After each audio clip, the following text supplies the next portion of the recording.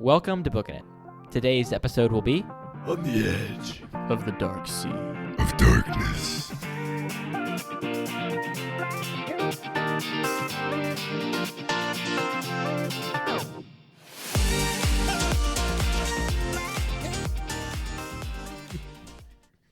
Hey everyone, and welcome back to Booking It.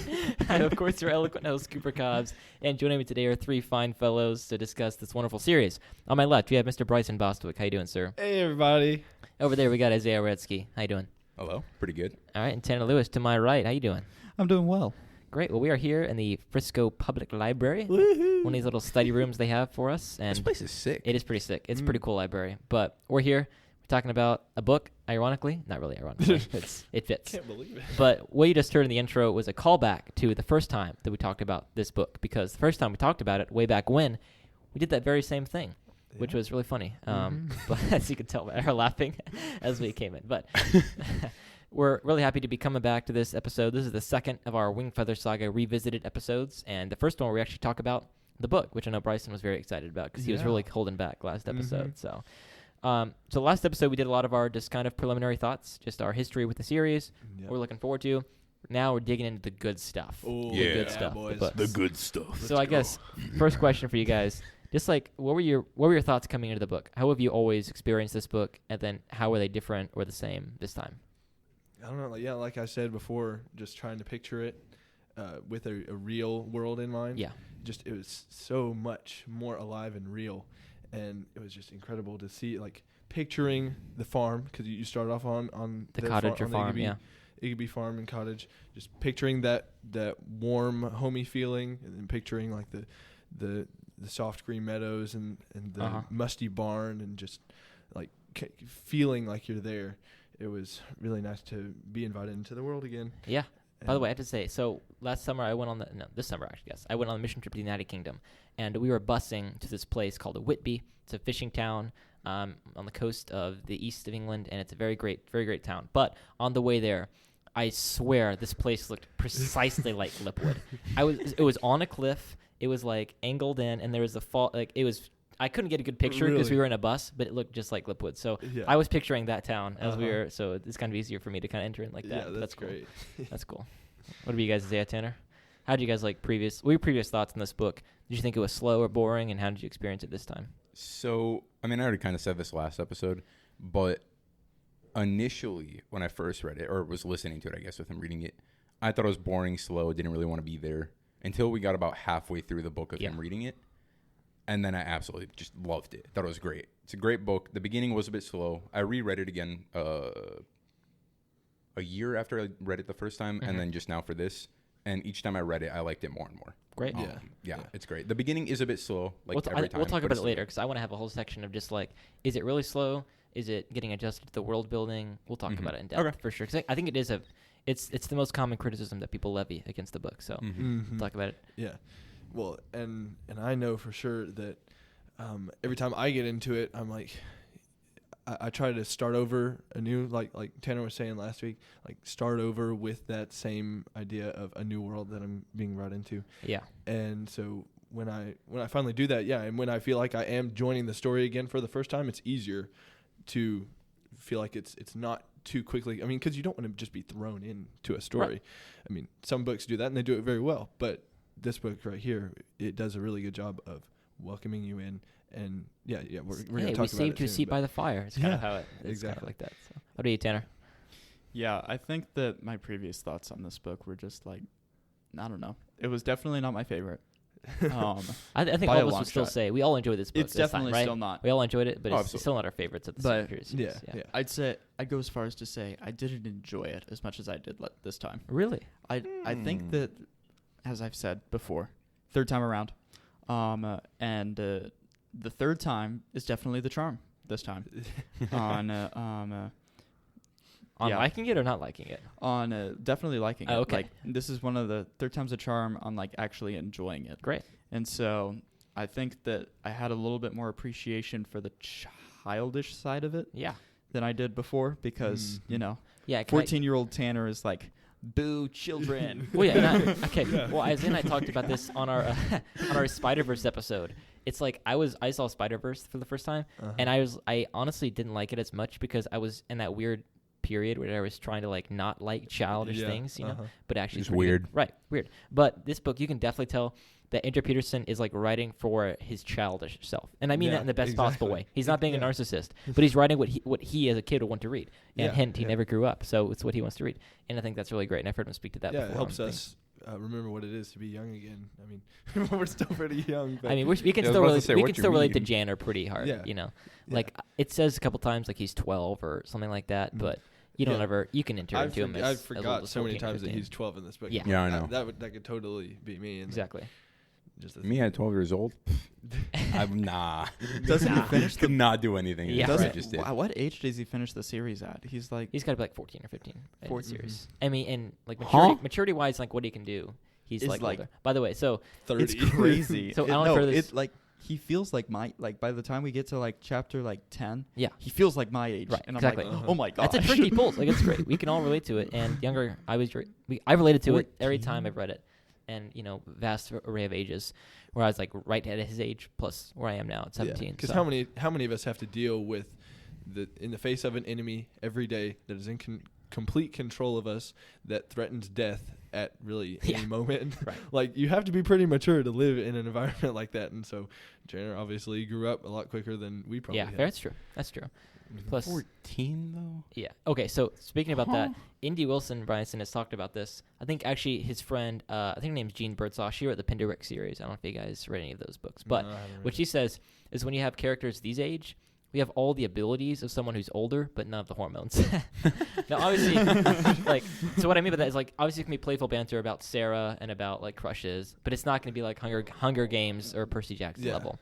But they can still do all the same things that those people can do ability-wise. So that's probably why he chose a character of this age, because we can all relate, and he can do all the same things, just doesn't have to deal with that side of things. So, Yes. well, next, I'll talk about the world building, because that's something that we've talked about in reference. It's hilarious in the beginning. I mean, does somebody just want to read like a little bit of like one of the intros to the world, because it's just like, I know Bryson, you had a note on the Airwire. Oh my god. Okay, so I've never been able to pronounce Airwire or Airwire, right? Yeah. Until I read that, and I was like, oh, it's supposed to be like, here we are, air we are. Oh, Yeah. I get it Every now. single time I read it, I just burst out laughing. Well, here we are. I'm just imagining how he says it every time. Yeah, yawns, wakes up like, oh. Oh, here we are.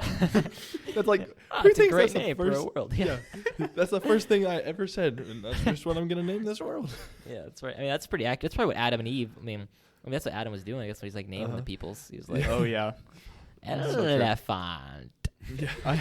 I have another one that I Okay. really enjoy. So this is the second introduction. This is the A slightly less brief introduction to After the land the of brief Scree. introduction, right. Yes, and we're gonna skip down past some of the more boring, less. boring. There's Well, no like boring. no, but like we're getting to my favorite part, Okay, which read is it, farther read it. farther down. In the 9 years after Scree's kings and all his lords, in fact, everyone with a claim to the throne had been executed.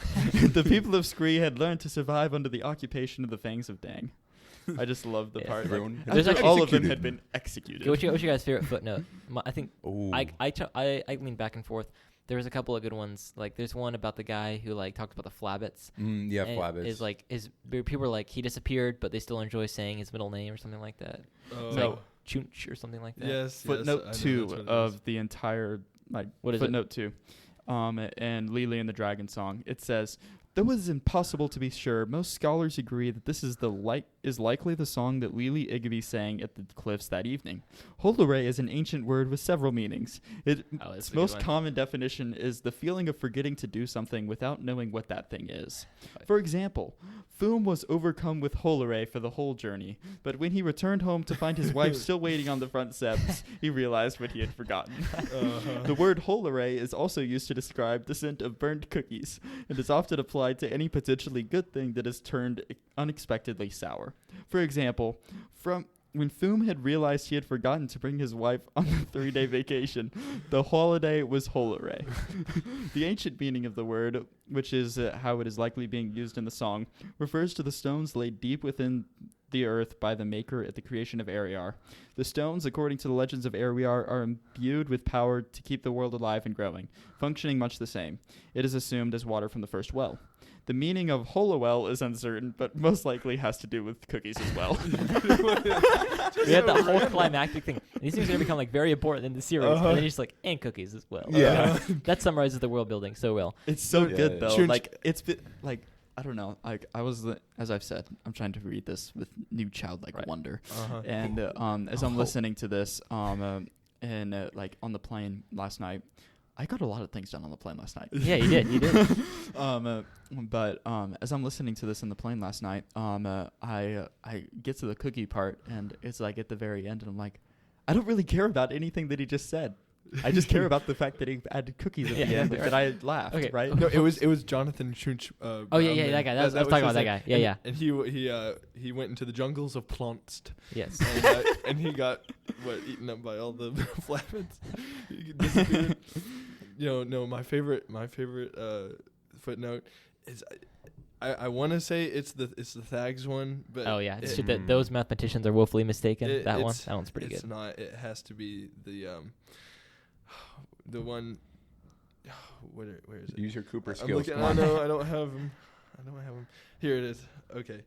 No, that's Okay, not there's it. another good one of the drag. He's describing the dragon song and what it does to people, and he's like, "And Mayor Blagus vowed to never again pick his nose." And there's a footnote: he broke his vow on the way back home. That's pretty forgot funny. about that It's one. the short ones that get me. Yeah. Oh my goodness. Oh, Yeah. man. Another good one was he's describing the palace in Turaboro, which is like modeled after a cat, and it's like Fangs like took down all the cat references, and the current monarch like died of grief, but everybody else was kind of like, actually, that's like doing good things the Fangs did for us. Uh, Oh, man. Dang, I can't You found remember it yet, any Bryson? of the footnotes like No, specifically. I don't have a book with me, so. Oh, I sadly you know did not toss bring my mine over book. to you? Here, I can. Here, wait. ciao. He caught it, Didn't break but it. he bent It's the okay, it's pages. so no, old. Look, It's look, so look. old. The ones that bent were right over here. It's We're okay. good. So Live okay, commentary guys, with Tanner Lewis. do you guys feel like the world building is jarring at all? Like, we kind of talked about that earlier, but like, is it just hard to get used to at first because he just kind of like throws you in and It's introduces kind you of to all like these the things? introductions are like a smooth caress, and yeah, then no. he throws you into the first chapter and he slaps you right afterwards. Well, he makes it like I think like any good world builder, he sells it with humor. Like Yeah, true. true. at the very beginning, I mean, you have just with the title headings of brief introduction, slightly brief, and then very brief, like just that's funny. Then in Yeah. the introductions, there's funny moments, and then throughout the rest of Yeah, what I all the like- footnotes and like we were saying, because he's like, this is hilarious and outlandish, and you know it, Uh-huh. okay? And the Princess Bride does the same thing too, and because it's like the shrieking eels, come on, but it's actually kind of funny, you know. Uh-huh. So he does the same thing, which is it's kind of laughing at it, but at the same time, world building really well. So, but like the first time you read it, did you find it to be jarring? Because I think I did a little bit. Like I it's a little did. hard to get used to. It was Mhm. it was We- kind of hurtful, you know. We talked about it honestly. last time, just like the slight differences, like potatoes and things like Yeah. that. Mhm. I mean, it was one of the things that turned me off originally, like the world building. Honestly, like I don't know, like listening to it for the first time, I'm like, the first 3 introductions are like, this is gonna solid. be a book It's that I'm solid, gonna yeah. love, right? And then we get to chapter 1, and I'm like, ugh, I don't really know that Yeah. I'm gonna Yeah. enjoy this. It's kind of like weird, and like this fun thing just kind of turned like really, really sour. Like I just had whole He had go into my he had mouth. Holleray, yeah. A good thing that went Yeah. unexpectedly sour, you know. And it Did that change don't for you know. this time? I think it did. I think that I walked into it knowing the world a Hey, little you bit. can't come in your tabula I know. rasa, blank slate. Come on, what's going on? I'm trying, Cooper. I never said that I said that I would try. I'll be honest. I came to this time like welcome back by a group of friends. You know, like a friends I haven't seen in a long time. Like, Exactly. honestly. That is exactly come how on. I felt. and so Mhm. like this book, I haven't really said my overall thoughts yet, which is kind of crazy. No. But That's like crazy, 15 bro. minutes in, but I said I really enjoyed it. Like I enjoyed it a lot, and I still Mhm. think I still have problems with it, but overwhelmingly I enjoyed it, and I felt welcomed in, and I laughed along with the world. But I really do believe it's because I was already acclimated and adjusted to it. Yeah. Otherwise, I think it's a little jarring, just a little Uh-huh. bit. No, I get to love. Isaiah's just over there reading the book. for the I'm past, just like, 5 reading the minutes. footnotes. He's, like, laughing Sorry, at all the I footnotes. found 2 footnotes that are kind of funny. Okay, read them. So one of them, I'm going to read the sentence that it's a footnote for. Okay. It says, a handwritten label on the candle said snot wax.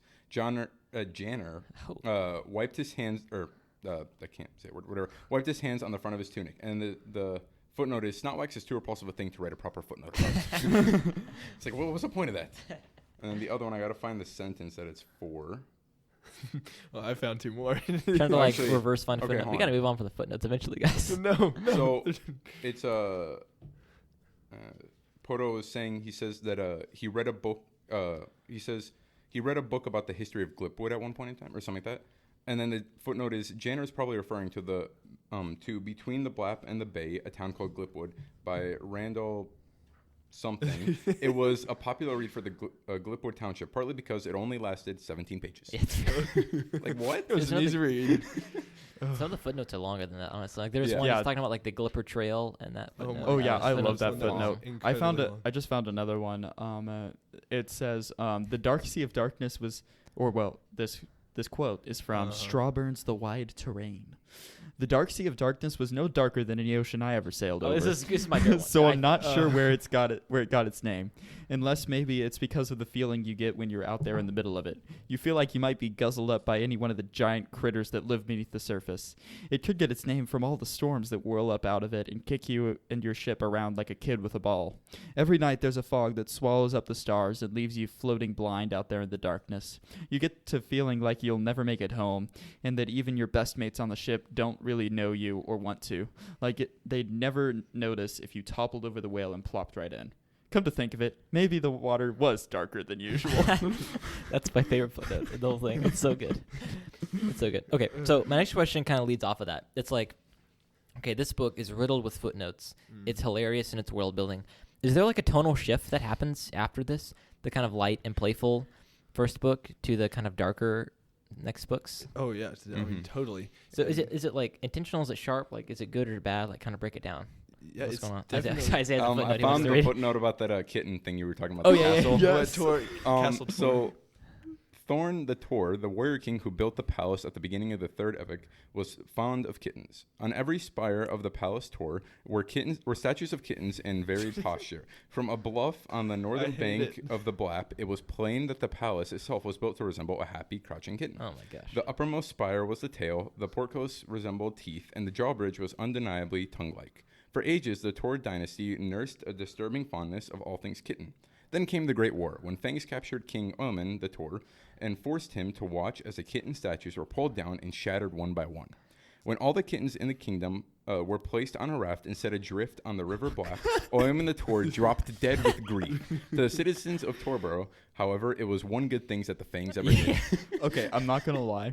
Whenever we heard this quote from Andrew Peterson live on YouTube, Oh, yeah. when this happens, I have my entire family with me. We're all on the couch listening to Andrew Peterson read because it's so beautiful. And I have like 3 of my sisters around me, and all 3 of them, like whenever this footnote comes up, they sit up and they look at me and they say, "Tanner, that's you." Not wrong, though. Tanner's so fond of kittens. For those who didn't know, Tanner absolutely He's a cat loves person. cats. He's I've a gotten cat better person. since my dog. He's gotten better. I've gotten We've tried to better. cure him of his disease, but My mom tried to cure me of this disease and make me a man, so she got me a dog. okay. So speaking of tonal shifts from podcast to ranting about Tanner's cat problem. So Bryson, you were talking about the tonal shift. Do you want to continue to? Yeah. You have anything else to say about that? No, it was just because it's a whole lot lighter here. I mean, his whole world, Janner's whole world, is still pretty positive That's fair. up to this point. And So you think it's intentional? yeah.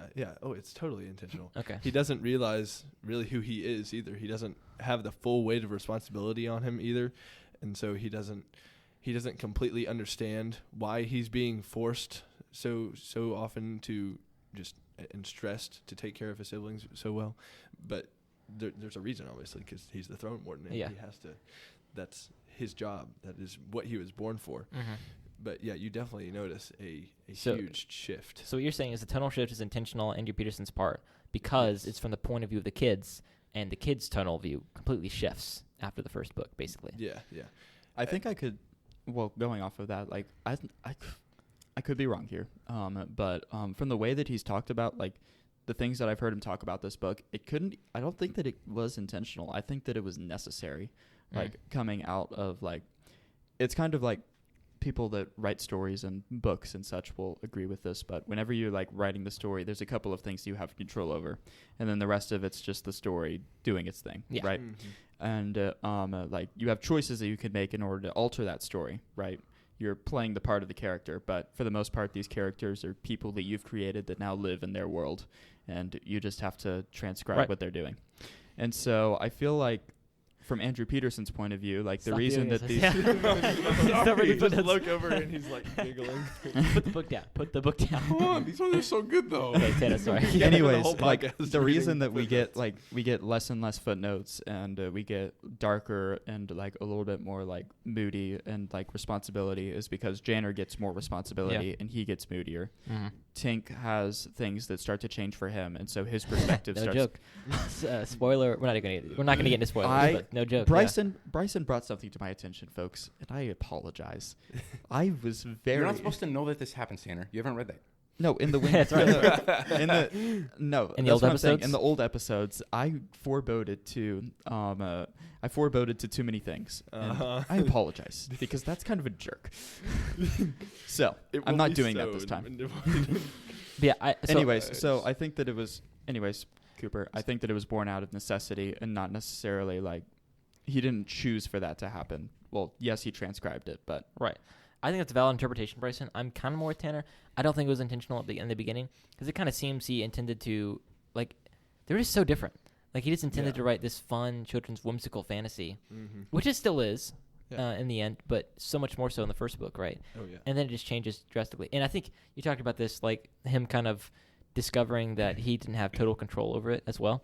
He talks about this in Adorning the Dark, right? yeah. I think I remember the metaphor he uses.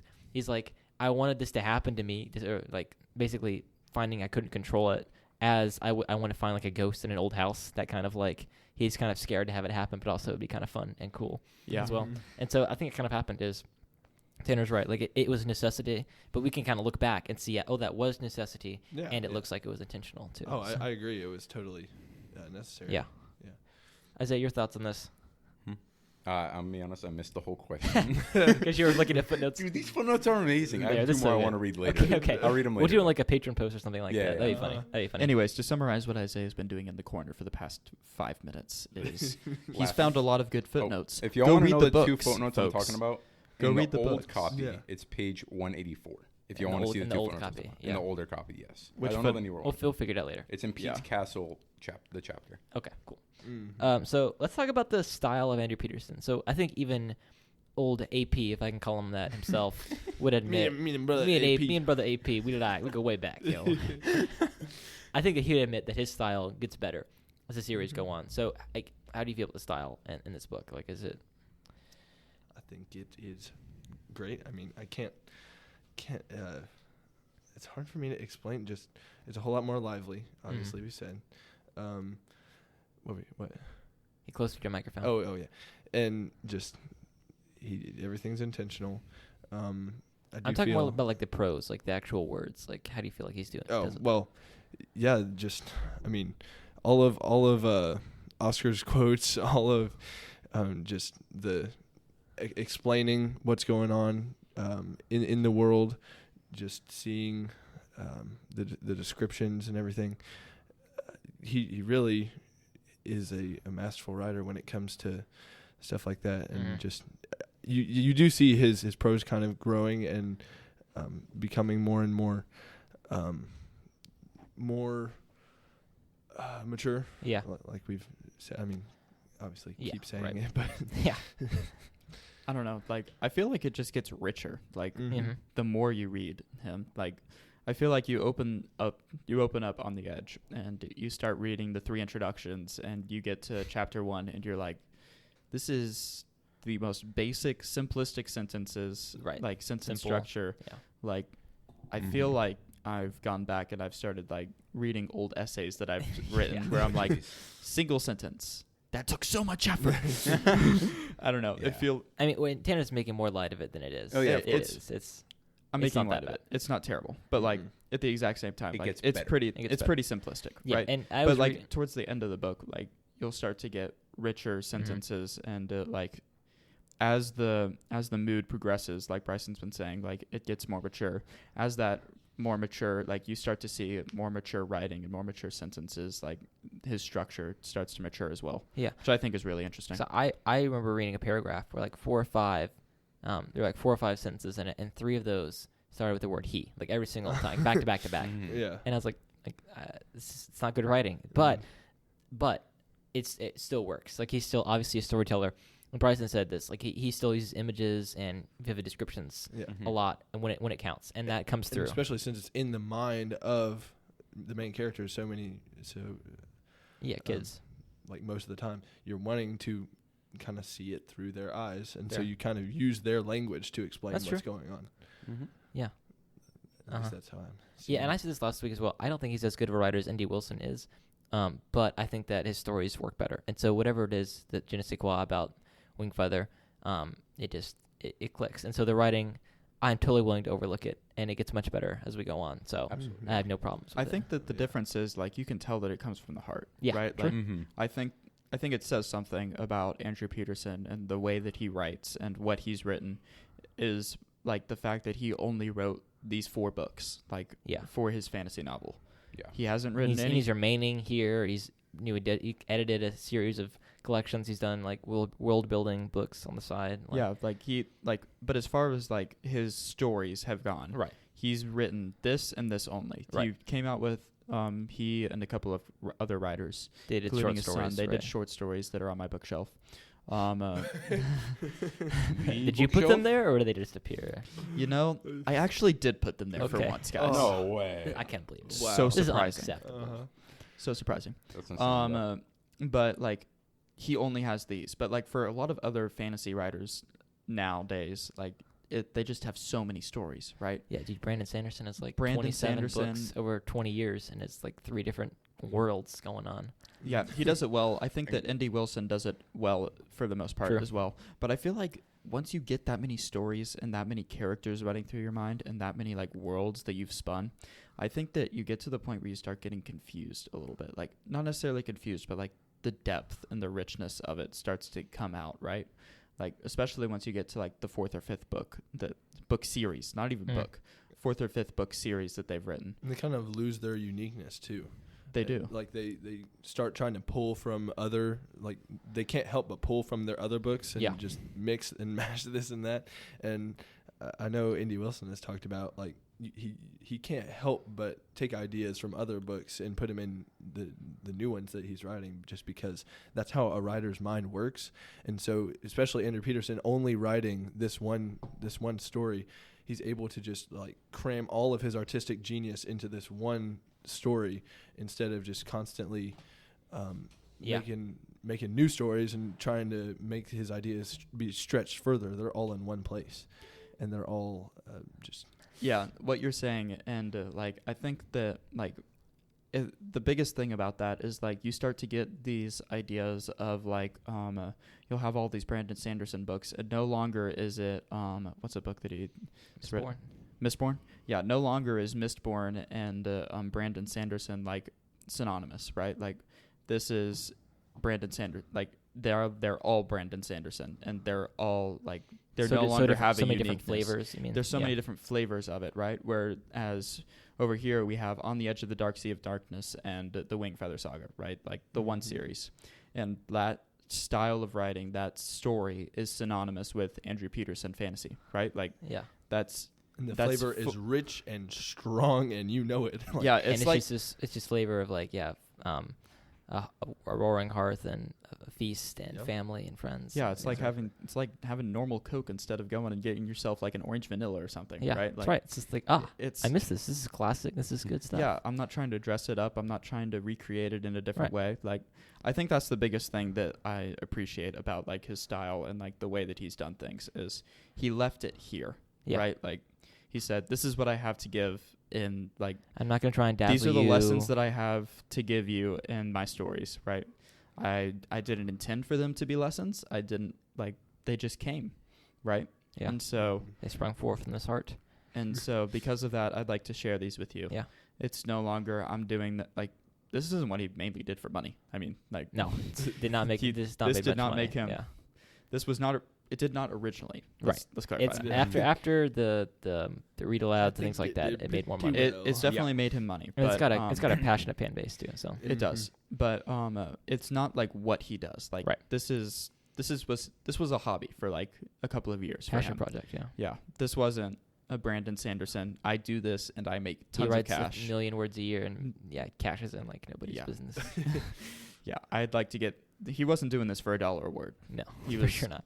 He was doing this because he loved it. Yeah. True. And so I think that really comes through. Before we talk about characters, I want to just do a little promo here. We have a newsletter now, and We do? at the time, we do. At the time of Oh. this episode, you have about 1 week to sign up before the next newsletter comes out on October 1st. So we have a lot of fun stuff in that newsletter. We have like old episodes that we recommend. We have like little fun updates on what's going on in the month, and we'll be continually adding a lot of fun new things as we get better at doing newsletters, things like that. So, Tanner, where should they go if they want to sign up for the newsletter? If y'all want to go sign up for our newsletter, you can check. We'll have a link in the description below, and that'll send you to our website. And then from our website, you can go and you can download or subscribe to our newsletter. And I personally will be sending you that. Yeah, Every- Tanner on has the to first of every manually month. click the button. So I know, it's crazy. For the It's gotta moment, It's very make it personal. sense. If you don't want us to have to manually click the button, what would you do? you go to patreon.com/book and you can give us some money so that we can upgrade our operating system, so to speak, so that we can get this podcast out in front of more people. So Exactly. Yes, none of this is. Let's clarify. None of this is going into our own pockets. yeah, we're not right trying to now. make more money. No. That's So- not what we're doing. What you're giving is not going into my pocket. It's going to further this podcast. None of ours, to be clear. None of ours. Yeah, It's not. It's not going into any. Tanner's, but it is going to mine.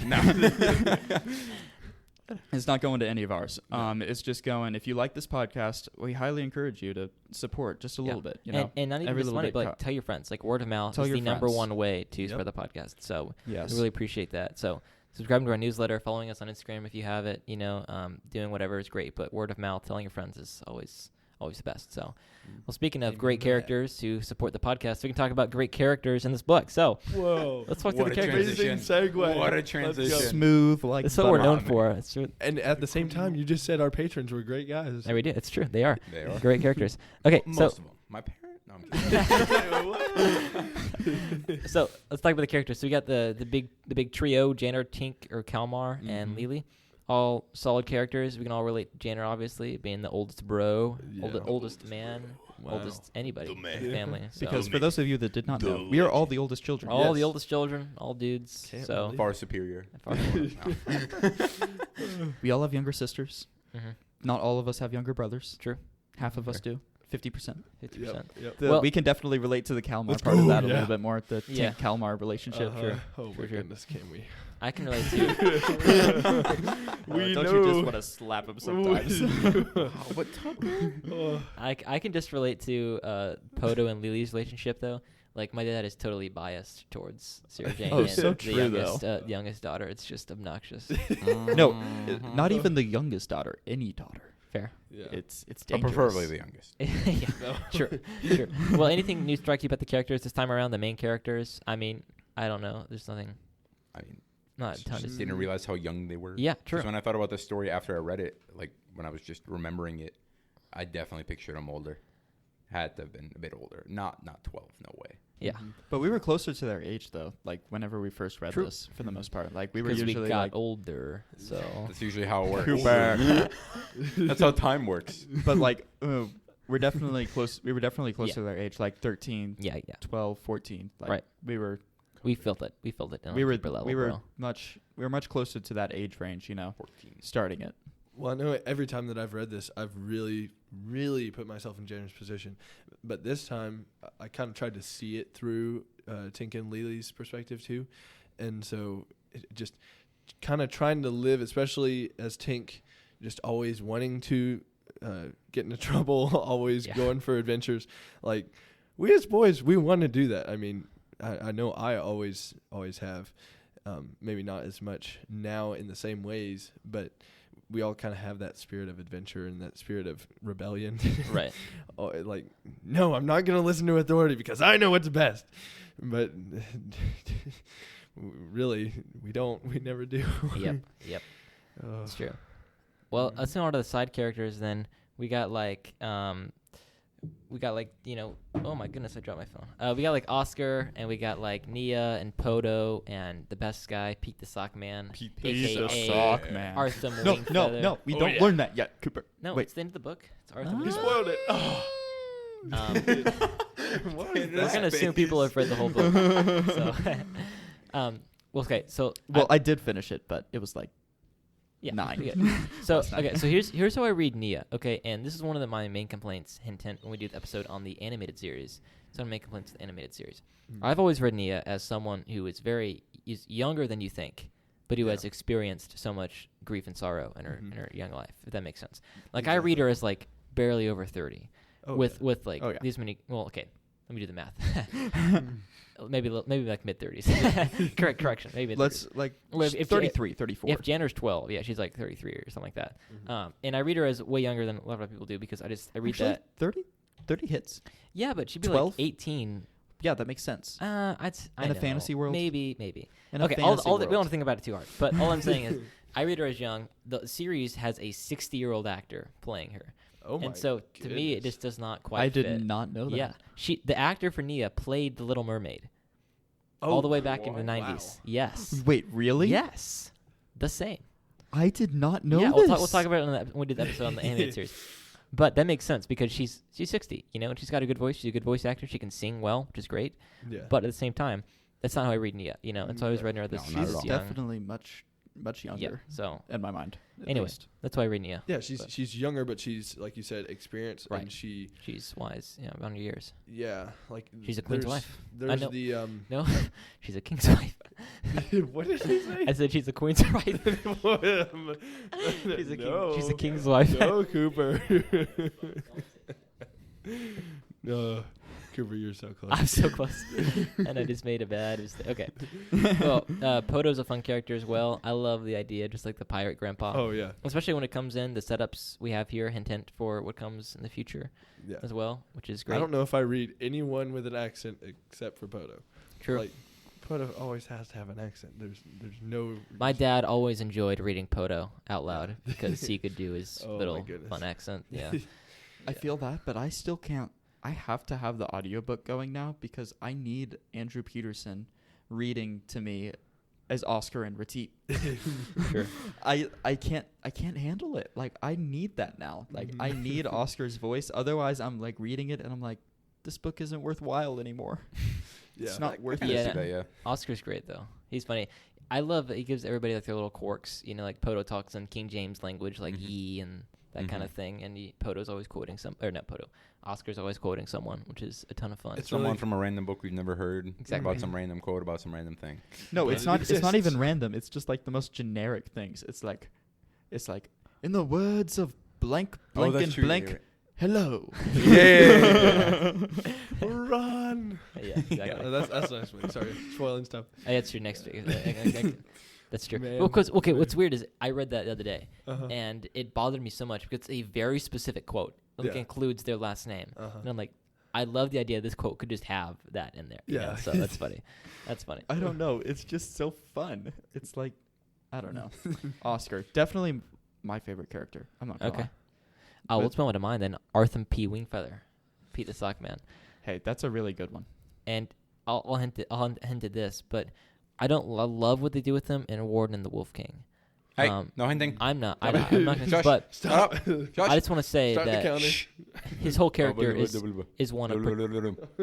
I'm talking about this book now. He is.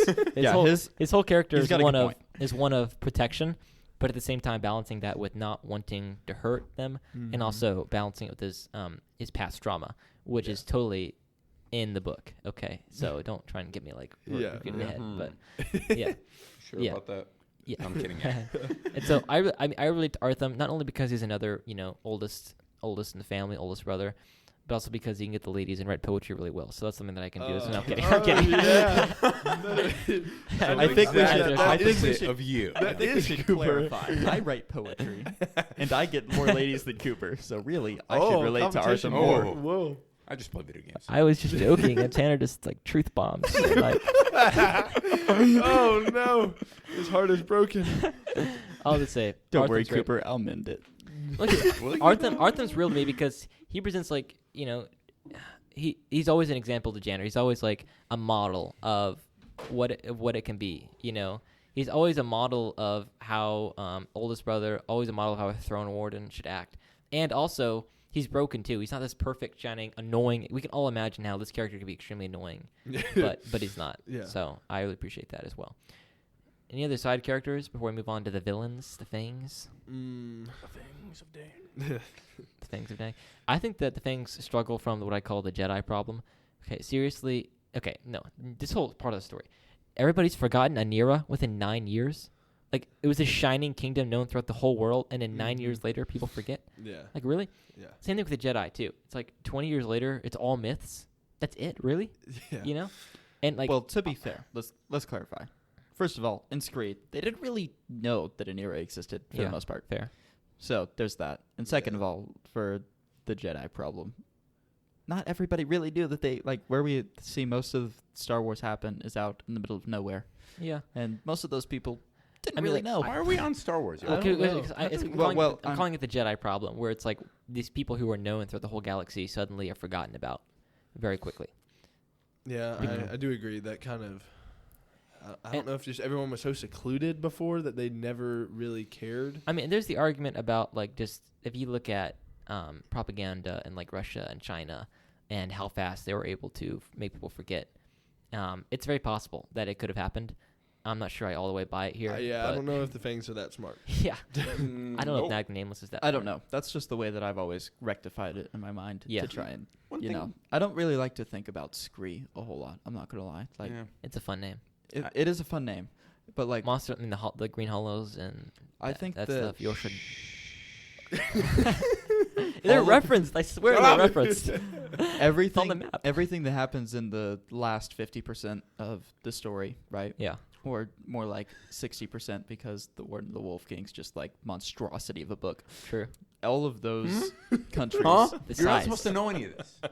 He can't look at the size of the You're not book on his supposed to know any bookshelf. of this. That's he can't look at the size of the book on his bookshelf. Isaiah's been defeated over there. But you still can't know any of this. Okay, You said okay, you were okay. reading this. I am. He's making a judgment about Scree. It's okay. He's not spoiling. I'm not plot or spoiling anything things. like I'm that. just saying, like, I think that, like, How would you know this if this was the first Okay, time you were Isaiah, reading it? just chill, bro. Isaiah, Chill out, I'm man. trying to do that when I'm reading. We're on a podcast here. This is for other What? people, not for ourselves, bro. Thank you. Wow. Anyways, this book that I'm holding right here, Isaiah. Yeah, okay, that This one, the book in the country inside of it, Scree. I think that it's not exactly the most, like, it's not the richest out of all the other countries that, like, we get to see, and I don't think Okay. it's Yeah. supposed to be, but No. I think that it's kind of just, I don't know. The My Glipwood thoughts Forest about- is kind of fun, though. It is, but I don't know. It The just toothy feels so cows. all of Toothy Scree cows. feels so, like, comprehensible, and that's kind of, like, saddening to me. Honestly, though, not like all the most of the fun animals, besides the weirdness that'll come later, comes from Scree. True. Like Monster in the Hollows is kind of like Scotland, basically, but a little different. How would you know this? I'm guessing. I think Yorkshire Dune. That sounds like Arabian or something like that. right. The Kill Ridge Mountains. I'm gonna guess they're like cold, tall, dark mountains. I can't talk about the jungles of Plunst, though. We have been there. See, but how would you know that? How would you know all those names? You haven't read the books? They're in the Jungles of they're in the Plunks map. is in there. Okay, Oh, and then the map, dang it. Anything Who else? reads the map? I think that the Fang story gets going later, more Mhm. depth there, so we Yes, can't really absolutely. talk about that. Yeah. Okay, let's talk about the okay. Last thing. Okay, two more things when we're done. First, is it really slow and boring at the beginning? I'll be honest, I didn't really get that this time, but that maybe No. because I've enjoyed it before, and so I'm just Yeah. willing to kind of enjoy the slow burn and ride here. Yeah, I loved the first time. I loved the second time, and I love it now. So Yeah. Yeah, I think that I enjoyed it a lot more. Like the beginning, I enjoyed it a lot more this time. Mm-hmm. Understanding, like, going into it with a fresh mind and understanding, like, the way that the audience that this is catered to, it felt a lot more enjoyable. Yeah, and people shouldn't use the beginning being slow as an excuse to Not like finish it. or not finish right, it. Yeah. as many of our friends have done at the beginning. They're wrong. yeah. Yeah. Oh, They're wrong. 100%. All wrong. All you haters out there. I mean, like, Wingfeather Saga is great. yeah, so it can be slow in the beginning, and if you read, like I read the first 10 chapters of Northrop Eaton, it's a lot. Like things that are happening are wham, wham, wham, wham, fast, fast. It's much faster paced than this. So action takes a while to get going, but once it does, it's pretty great. it kicks off. So Ankle Jelly Manor and the ending fight and all that stuff. Ankle Jelly. Beautiful. Ankle Jelly Manor. Yeah. Ankle The Ghost of Brimney Stoop, all that good stuff. All right, well, we're at the ending of the book now. Yeah. We have the revelation that the jewels of an era are not actual jewels, but people. What? No way. I Who would was have seen shocked that coming? the first time that I read that. Dude, okay, also, Slarb's demise is literally the most awesome thing. It is. This little setup, this kind of endearing thing, this competition between Podo I was trying and to his think neighbor. of what was my favorite part of the book, and that probably is it with what's his name, Slarb and Podo and Slarb his and Podo. Buzzard Willie. Buzzard Willie's, yeah, Buzzard Willie's. Buzzard Willie's like a great character name, I know, by the What a way. name. Like one of the characters I wish was explored more because of that one scene is Buzzard Willie. Yeah, such a fun guy. Oh my goodness. Just Yeah, awesome. the thwaps just tear Slarb apart. That's awesome. It's pretty great. Yeah. Awesome. Okay, so we have the revelation the jewels of an era are people, and that in fact our main characters shockingly are heirs to No this. way. I know. It's not possible. Who would have thunk? But we have the revelation that Janner, in fact, is the warden, Throne throne king. warden, and Kalmar is the king. It was first time reading this. That was just such a wild thing. It was. I was kind of Yeah. mad the first time too because I was with Janner the You're whole right, time, right. and I was Yeah. like, cheering more for Janner than for Tink because Tink has kind of been like the annoying little brother. Right. And so then when this happens and Janner, Puts even more in issues. Yeah.